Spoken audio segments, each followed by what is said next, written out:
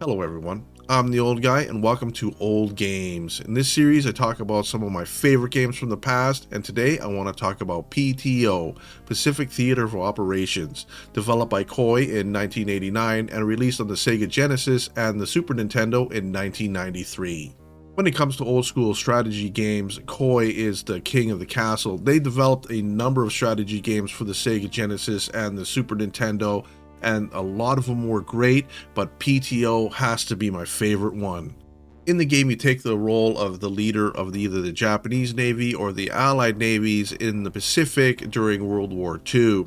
You'll be taking bases through land, sea, and air, supplying troops and weapons. You'll be building warships and doing espionage and diplomatic meetings. The game is very deep, and this is what I really love about it. If there's any complaint I have about the game, it is accessibility. There is a 70+ page rulebook that comes with the game, and you will have to read it to fully understand the mechanics at play.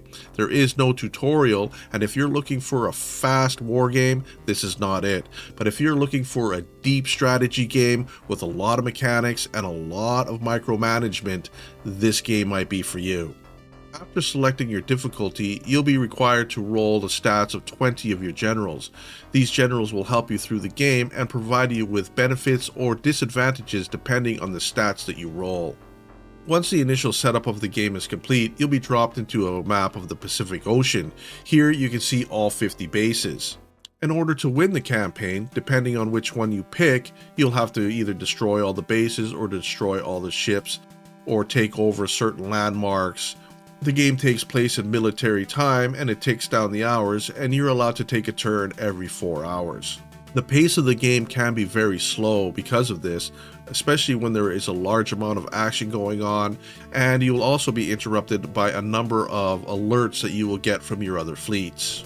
If you selected view all animations and battles during the setup, when the conflict happens, you'll be taken to the battle screen. Now, depending if your fleet is in battle or if another fleet is in battle, you will have to watch or play through this battle. Visually, P.T.O is not that impressive, even in 1989 standards. Although that is not the focus of the game, the focus is on mechanics, and that's where the game shines.